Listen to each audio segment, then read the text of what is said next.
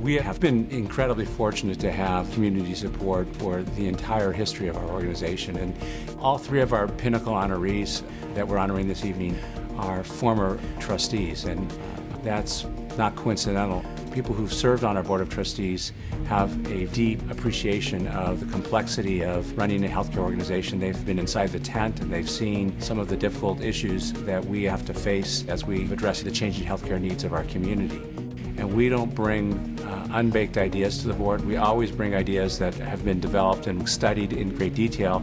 And it really is a complex enterprise. We have over 2,000 employees, and we're constantly growing new services, whether it's an inpatient rehabilitation unit or new services in the outpatient setting like Peninsula Wellness Center. And we are really fortunate because we have donors who understand that providing guidance, great counsel is very, very important. And they also understand the importance of philanthropy. And the three that we're honoring tonight really reflect that.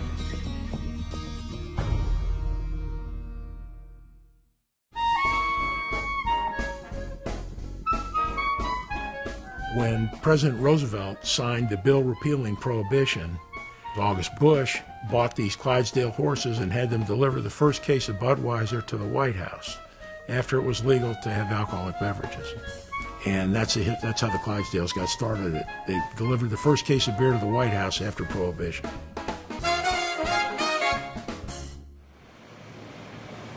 My late father was vice president of marketing of Anheuser-Busch. And he passed away quite suddenly in 1973. And later in that year, I was able to acquire this distributorship through one of my best business mentors, August Busch III, probably one of the better businessmen of his time. I went to Stanford. I was an economics undergraduate major, and then I went to Harvard Business School. I got involved with Community Hospital through my very close friend and classmate, David Benjamin. George is the kind of person that looks at problems differently and creatively with a big heart and a generous heart. And he's always thinking about new approaches to old problems. I've been privileged to see that across many organizations, including Community Hospital. CHOMP, I think, is a crown jewel asset of this community, and I took it as a great honor to be invited on the board. I think I learned a lot about how difficult it is from a management standpoint. You have a business that's got very high capital costs. It's changing all the time. You're technologically challenged all the time. You have to attract and retain extremely bright and talented people. And on the paying end, your partner basically, in most cases, is the government. Possibly the worst partner you could ever get. I deal with a lot of government regulations in my business, but they pale in comparison to the detail that goes through a hospital for obvious reasons. So it became more and more apparent to me how altruistic the pursuit really is. And I think I just got a little bit of the American spirit because it's been all around me. Great examples of giving back to the community.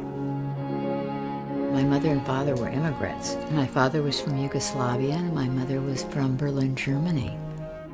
And they came over here right after the war. They were both in concentration camps. And my mother, not really speaking the language, she started the secondhand resale store in Los Angeles. And then she started getting into luxurious clothing. But she started with a secondhand store. And once they became citizens, they were so blessed to be in a free country. They just wanted to give back. People that really had nothing but were still wanting to share and still gave the little bit they had.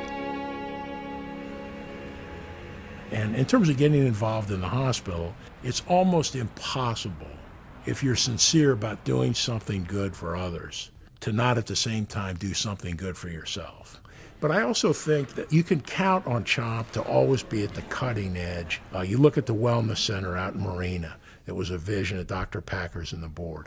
Quite frankly, I personally thought the Wellness Center was a very bad idea for a number of reasons. I don't need to go into them because I was wrong on every single one of them. In other words, I was 100% stupid about the whole thing.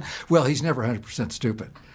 But when he thinks he's not made a correct judgment, that doesn't happen very often, but when he thinks he has not made a correct judgment, he just says it. So I was 100% wrong. The Wellness Center has been a tremendous success. And we were talking about what could we do in there. We wanted to do something very contemporary, soothing, colorful. I think it just works beautifully and it has that happy feeling. Whatever you earn during your lifetime is what you earn. But what you give defines your life. We've been given this great hospital by past owners that we need to maintain and pass on to future generations. To the extent we do that, we help define ourselves as a community.